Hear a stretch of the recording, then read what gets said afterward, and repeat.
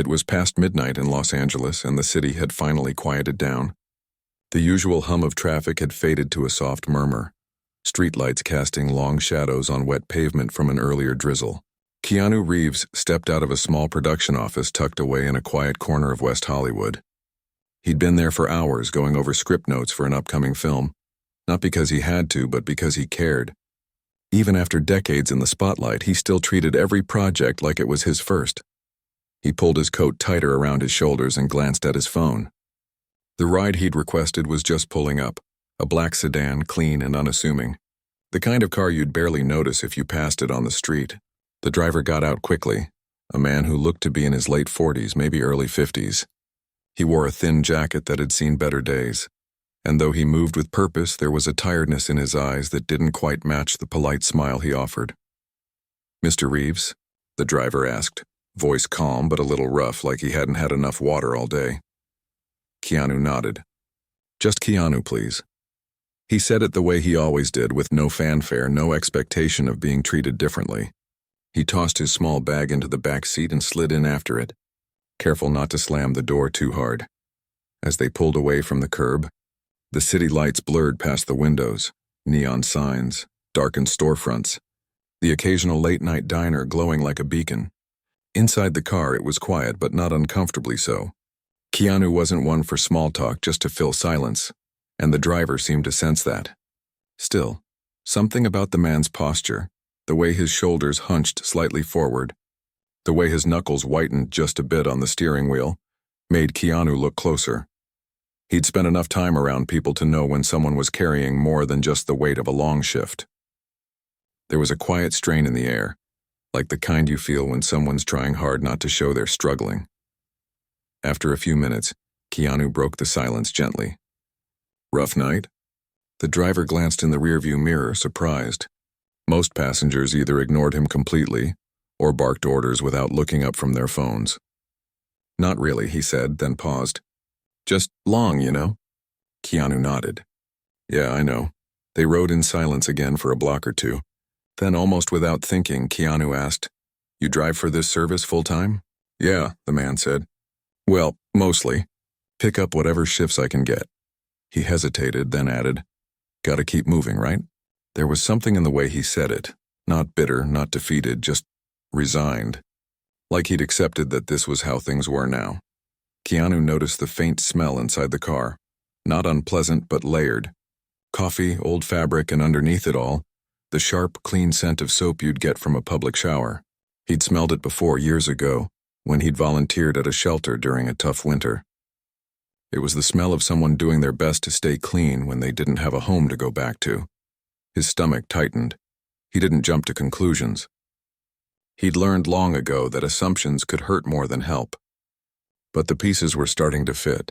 The too-thin jacket for a cool LA night, the careful way the driver handled the car like it was his only possession, the exhaustion that went deeper than just a late shift. Still, Keanu didn't pry. Instead, he leaned forward slightly. "You got a place close by when your shift ends?"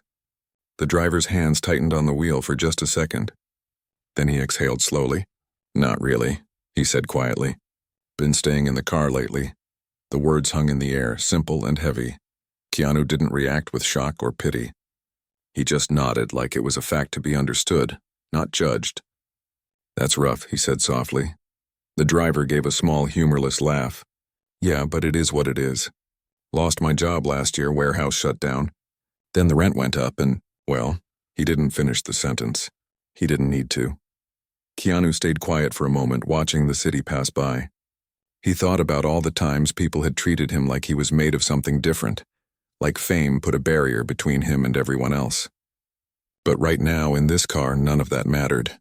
There was just two people, one helping the other get home and both carrying their own invisible loads. "You got family around?" Keanu asked gently.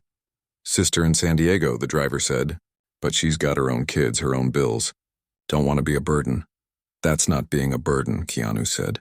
"That's being human." The driver didn't answer right away. When he did, his voice was thick. Most folks don't see it that way. They were getting close to Keanu's place now. The quiet neighborhood, the familiar turn onto his street. Usually this was the part where the ride ended. The fare was paid and both parties went their separate ways. But tonight felt different. As the car slowed to a stop in front of his building, Keanu didn't reach for his wallet right away. Instead, he turned in his seat to face the front. "Hey," he said, "what's your name?" The driver looked surprised again, like no one had asked in a while. "David," he said. "David," Keanu repeated like he was filing it away somewhere safe. "Thanks for the ride." He pulled out his phone, tapped a few times, then handed over more than double the fare, enough to cover a hot meal and maybe a night in a decent motel. But before David could stammer out a thank you, Keanu added, "You got a phone?" David nodded. "Mind if I text you tomorrow? There's a place I know. Helps folks get back on their feet. No strings, just if you're open to it." David stared at him, eyes wide, not with suspicion, but with something closer to disbelief. Like kindness this direct was too rare to trust. Keanu didn't push. He just held his gaze and said, "No pressure. But if you're willing, I'd like to help." For the first time that night, David's smile reached his eyes. "Yeah," he said. "Yeah, I'd appreciate that." Keanu got out of the car, gave a small nod, and watched as the sedan pulled away into the night. He stood there for a long moment, the cool air brushing his face, thinking not about scripts or premieres or headlines, but about a man named David who drove all night just to have a roof over his head, even if that roof was made of steel and glass. And as he walked inside, he already knew he wouldn't be sleeping much that night, because sometimes seeing someone struggle up close doesn't let you look away. And Keanu Reeves had never been the kind of person who looked away. The next morning came in soft and gray, the kind of LA day where the sky hangs low like a blanket and the air smells faintly of rain that never quite falls. Keanu woke early, not because of an alarm, but because his mind wouldn't settle. He kept thinking about the driver from the night before, the quiet voice, the tired eyes, the way he'd said "not really" when asked if he had a place to stay. It wasn't just sadness Keanu had heard. It was dignity holding on by a thread. He made coffee, the quiet ritual calming his thoughts. While it brewed, he scrolled through contacts on his phone, not looking for agents or producers, but for someone he'd met years ago at a community fundraiser, a woman who ran a small nonprofit that helped people transition out of homelessness. He remembered her passion, the way she spoke about housing not as charity but as a basic human right. He sent her a text, "Hey, hope you're well. Got a question about your program. Free to talk later?" She replied within minutes. Good. That was a start. By mid-morning, he'd learned the program still ran. Modest apartments, case managers, job support, all built on the idea that stability comes before everything else. They had a waiting list, but Keanu knew he could help move things along. Not by throwing money around, but by offering to cover the first month's rent and deposit for someone truly ready to take that step.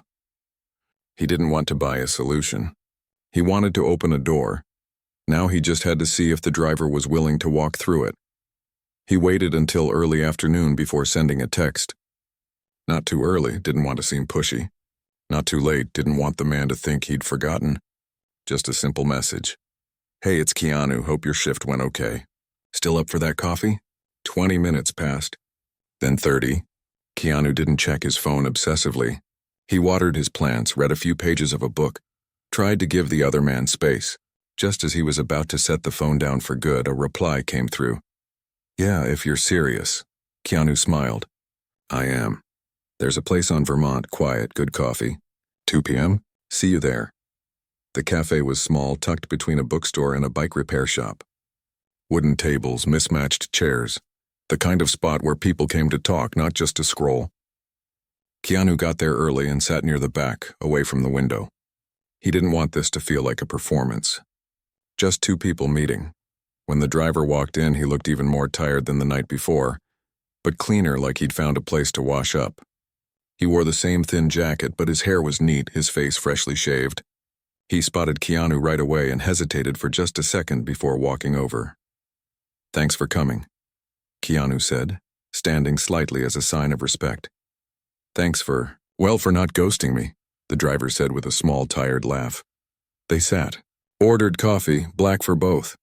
For a moment, neither spoke. Then Keanu leaned forward, elbows on the table. "I talked to someone this morning. Runs a housing program. Transitional but solid. They help with jobs, counseling, all of it. Not a shelter, a real apartment. Lease and everything." The driver stared into his cup. "Sounds too good to be true." It's real, Keanu said. But it only works if the person wants it. It's not a handout. It's a chance. Silence again. Outside, a bus rumbled past. A couple laughed on the sidewalk. Normal life moving on. Finally, the driver looked up. Why are you doing this? Keanu didn't flinch. Because last night you drove me home like it was your job, and it was. But you were also carrying the weight of not knowing where you'd sleep. And no one should have to do that alone. But you don't even know me. I know you showed up. You were kind. You kept your car clean. You worked hard. That tells me enough. The driver's eyes glistened, but he blinked it away fast. I've had people offer help before, he said quietly. Then they disappear. Or want something back. I don't want anything, Keanu said. Not your story for an interview. Not a photo. Not even a thank you. I just want you to have a shot. He pulled a folded sheet of paper from his jacket, a printout of the program details, contact info, requirements. They'll need to talk to you, make sure it's a fit. But if you're willing, I'll cover the first month. Rent, deposit, utilities. After that, it's yours to keep if you want it. The driver took the paper like it might burn him. He read it slowly, line by line. His hands trembled just a little. What if I mess it up? He asked, voice barely above a whisper. Then you try again, Keanu said. Everyone stumbles. What matters is you're willing to stand back up. They talked for over an hour after that, not just about housing, but about life. The driver shared how he used to fix engines before the warehouse job, how he'd once dreamed of opening his own garage, how losing everything made him feel invisible, like the world had already written him off. Keanu listened. Really listened. Not as a famous actor, but as someone who'd known loss too. The kind that hollows you out and leaves you wondering if you'll ever feel whole again. He didn't compare pain. He just sat with it side by side. Before they left, Keanu handed him a prepaid phone. Simple, with a local number already activated. So you've got a way to call the program, he said. And so I can check in if that's okay. The driver nodded, gripping the phone like it was a lifeline. As they stepped outside, the gray sky had lifted a little. Sunlight broke through in patches, warming the sidewalk. You know, the driver said, most people look right through me, like I'm part of the car. Keanu met his eyes. You're not part of the car. You're a person. And people deserve a place to rest. They shook hands, firm, real. No grand gestures, no cameras, no speeches. Just two human beings, one offering help, the other accepting it with quiet courage. Keanu walked home slowly, the city buzzing around him. He didn't feel like a hero. He just felt like he'd done what anyone would do, if they let themselves really see someone. And back at the cafe, the driver stood for a long time on the corner, phone in one hand, paper in the other, staring at the sunlight on the pavement like he was seeing it for the first time in months. He didn't know what came next, but for the first time in a long while he knew it wasn't the end. It was a beginning, and that was enough. A week had passed since that quiet afternoon at the cafe, and the city kept moving. Cars honking, people rushing, life unfolding in its usual messy rhythm. But for one man, everything had shifted. The paper Keanu had handed him wasn't just a list of program details. It was a map back to himself. He'd called the number the very next morning, voice shaking so badly he had to dial twice. The woman who answered didn't sound rushed or skeptical. She sounded like someone who'd heard 1,000 hard stories and still believed in happy endings. They set up an interview for that afternoon. The office was nothing fancy, just a small room in a converted bungalow with peeling paint and mismatched chairs. But it was clean, warm. There were photos on the wall of people smiling in front of apartment doors, holding keys like they were trophies. He sat down, hands folded in his lap, and told his story. Not the polished version, not the one meant to impress, but the raw truth, the job loss, the savings running dry, the night spent pretending his car was just a place to rest between shifts. The woman listened without interrupting. When he finished, she nodded and said, "You're ready. That's what matters." 2 days later, he stood in front of a modest one-bedroom apartment in a quiet part of the city. It wasn't glamorous. Linoleum floors, a kitchenette with a humming fridge, a window that looked out onto a shared courtyard with a single potted plant. But it had a lock on the door, a bed, a shower that ran hot water for as long as you wanted, and it was his. Keanu had already taken care of the first month's rent and deposit just as he'd promised. No fanfare, no conditions. Just a quiet transfer, a text that read, "It's done. Keys are with the office. You got this." Now standing in the middle of that small living room, the driver, no, not just a driver anymore, let out a breath he felt like he'd been holding for years. He ran his hand along the wall, solid and real. Then he sat on the edge of the bed and just stayed there, eyes closed, listening to the silence. Not the silence of an empty car parked on a lonely street, but the peaceful quiet of a place that belonged to him. That same day, Keanu stopped by, not unannounced, not like a savior dropping in for a photo op, but because he'd asked if it was okay. "Only if you're comfortable," he'd texted. The reply came quickly. "Yeah, I'd like that." When Keanu arrived, he brought groceries. Simple things. Eggs, bread, peanut butter, fruit, a carton of milk. Nothing fancy, just the basics to start. He didn't carry them in like a delivery guy. He walked in like a friend, set the bags on the counter and said, "Figured you might not have had time to shop yet." They sat at the tiny table by the window. Sunlight streamed in, catching dust motes in the air. For a while they just talked about the neighborhood, about how the fridge made a funny noise but still worked, about the neighbor who'd already waved from across the courtyard. Then Keanu leaned forward. "There's something else," he said gently. "The program connects folks with job counselors, people who know the local market, who can help update your resume, practice interviews, even find training if you want to go back to mechanics." The man looked down at his hands, calloused, strong, used to fixing things. "I don't even know if I remember how," he admitted. "You don't have to remember everything at once," Keanu said. "You just have to show up," and so he did. The next Monday, he walked into the nonprofit's career center wearing the cleanest shirt he owned and carrying a notebook. The counselor was a retired auto shop owner who'd seen it all. Layoffs, comebacks, second chances. They talked for 2 hours. By the end, the counselor had a list of local garages looking for help, a plan to refresh his certifications, and a handshake that said, "You belong here." Keanu didn't hover. He didn't check in every day, but once a week he'd send a short text. "How's the fridge?" Or "See any good sunsets from that window?" Little things, just enough to remind him he wasn't alone. Meanwhile, the man threw himself into the routine of rebuilding. Mornings started with coffee on the small balcony, watching the neighborhood wake up. Then he'd walk to the career center, take notes, make calls, practice answering questions like, "Tell me about a time you solved a tough problem." He always talked about keeping that old sedan running on fumes and hope. He started volunteering at the same shelter he'd once stayed in, not because he had to, but because he remembered how it felt to be handed a warm meal by someone who looked him in the eye and said, "You matter." Now he was the one saying it. One evening, as he was leaving the shelter after helping serve dinner, a young guy about his son's age pulled him aside. "You used to drive rides, right?" The kid asked. "I heard you got back on your feet." He nodded.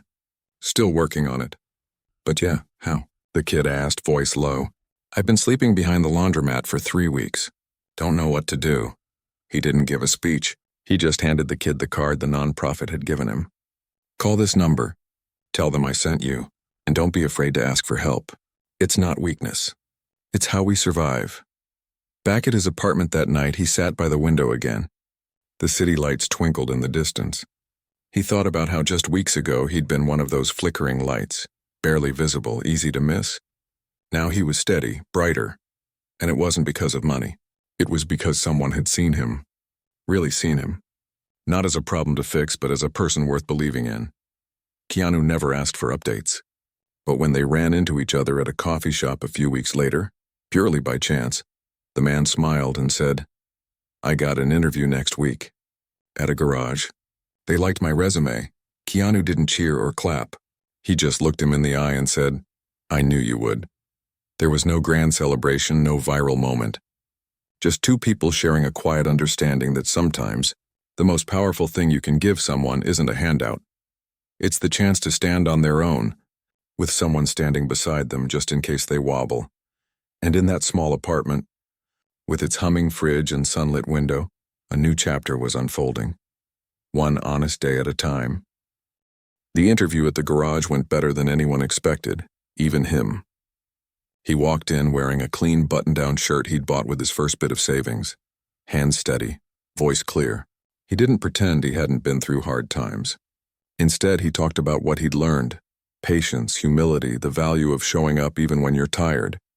The shop owner, a gruff man with oil-stained fingers and a sharp eye, listened quietly, then nodded and said, "We can always use someone who knows how to keep going." 2 days later, he got the call. Full-time position, benefits, a locker with his name on it. When he hung up, he stood in the middle of his apartment, phone still in hand, and just breathed. It wasn't just a job.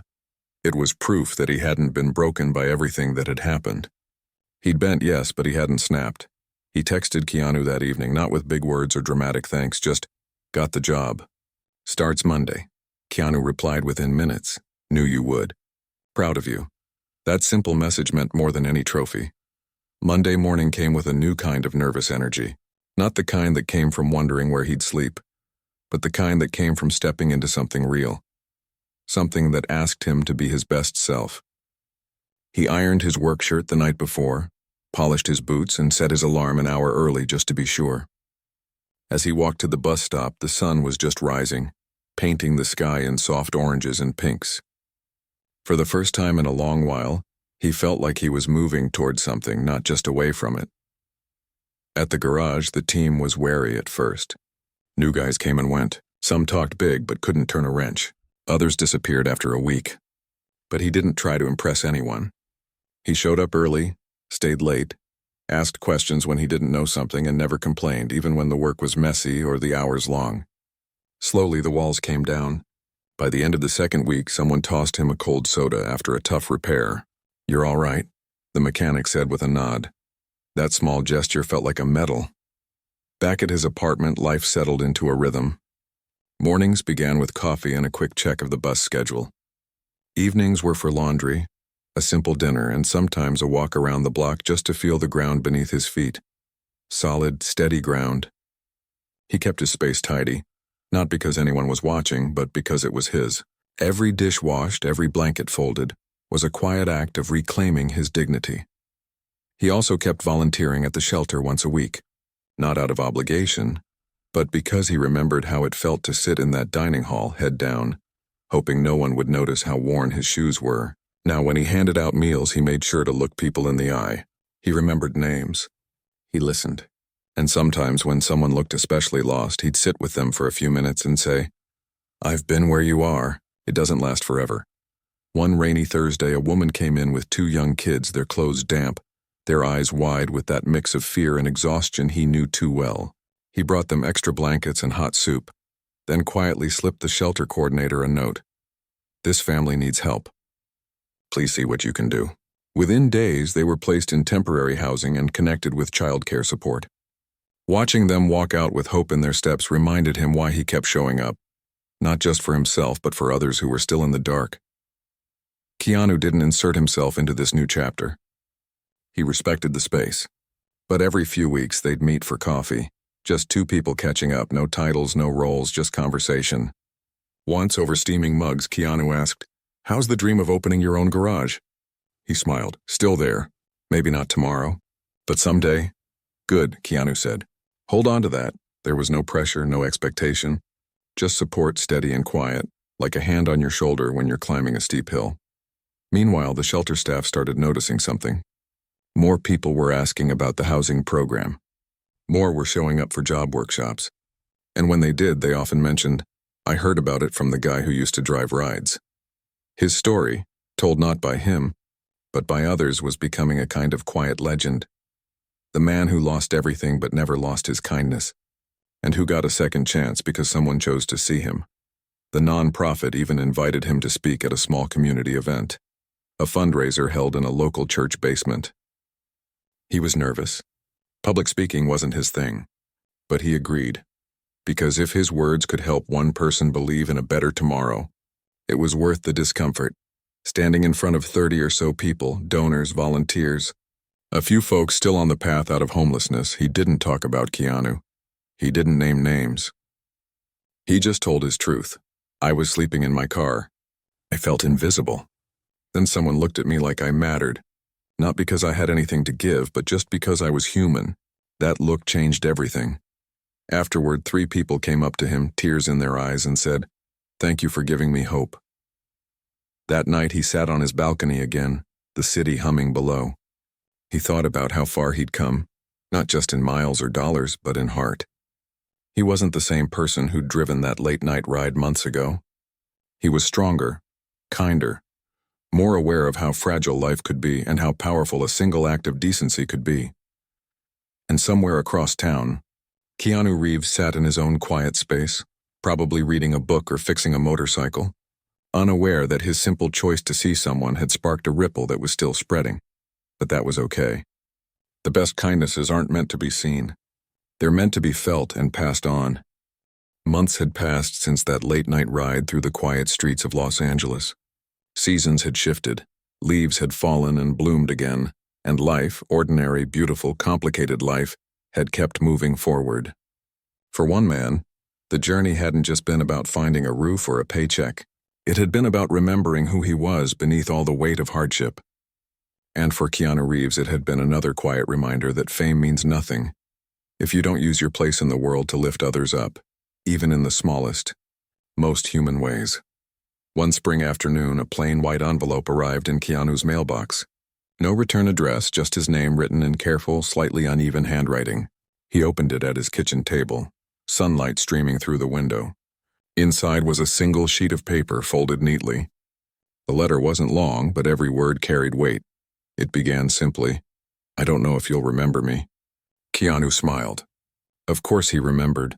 The letter went on to say how the apartment had become a true home, how the fridge no longer made that odd noise, how the neighbor with the potted plant had started leaving fresh lemons on his doorstep, how he'd just celebrated 6 months at the garage. But more than that, the writer talked about something deeper, the feeling of being seen. "Most people look past you when you're down," he wrote. "You looked right at me, and that gave me the courage to look at myself again."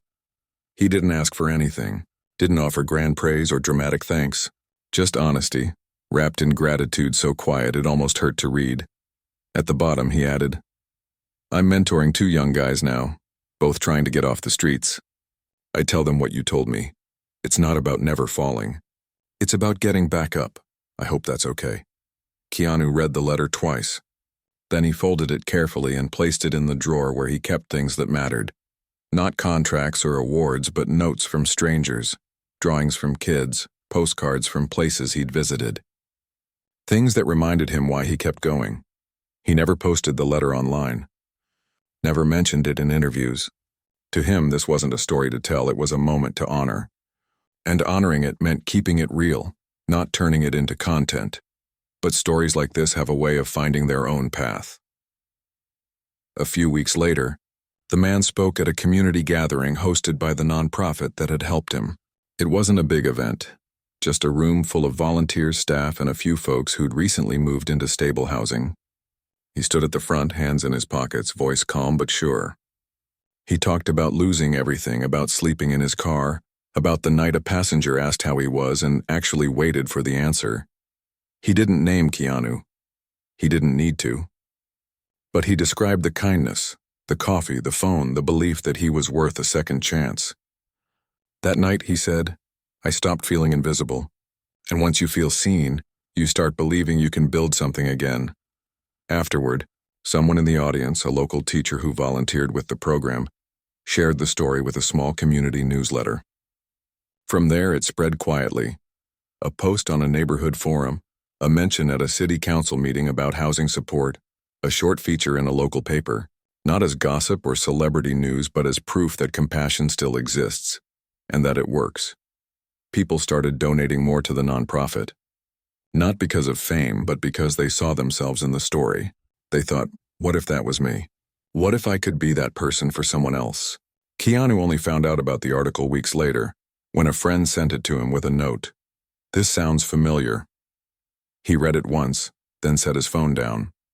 There was no pride in his expression, just a quiet satisfaction, the kind you feel when something good grows without you trying to control it. Meanwhile, the man kept living his life. He'd saved enough to buy a used but reliable car, not for rideshare but for himself. He took weekend classes to brush up on modern engine systems. He still volunteered, still listened, still handed out that housing program card whenever he saw someone who looked like they'd lost their way. One evening, As he walked home from the garage, he passed a young guy sitting on a bus bench, head in his hands, backpack at his feet. Something in the way the kid hunched over, the same tired posture he used to carry, made him stop. "You okay?" he asked gently. The kid looked up, wary at first. But there was no judgment in the older man's eyes, just concern. They talked for a few minutes. The kid had aged out of foster care, couldn't find steady work, had nowhere to go. Without hesitation, the man pulled out his phone, called the non-profit, and stayed with the kid until a caseworker arrived. As he walked away, he thought about that night in the sedan. The passenger who asked a simple question and changed everything. Now he was the one asking. And that, he realized, was the real gift. Not just getting help, but becoming someone who could give it. Back in his apartment, he sat by the window again. The city glittered below, full of strangers, full of stories. He didn't know what came next. Maybe his own garage someday, maybe more mentoring, maybe just continuing to show up day after day. But he knew one thing for sure: he wasn't alone. And neither was anyone else if they were willing to reach out. And if someone was willing to reach back. As for Keanu, he kept doing what he'd always done, working, listening, helping where he could, never making a show of it. Because to him, kindness wasn't a performance. It was just how you lived. And in a world that often feels loud and cold, that quiet choice to see someone, to believe in them, to offer a hand without expecting anything in return, might be the most powerful thing of all.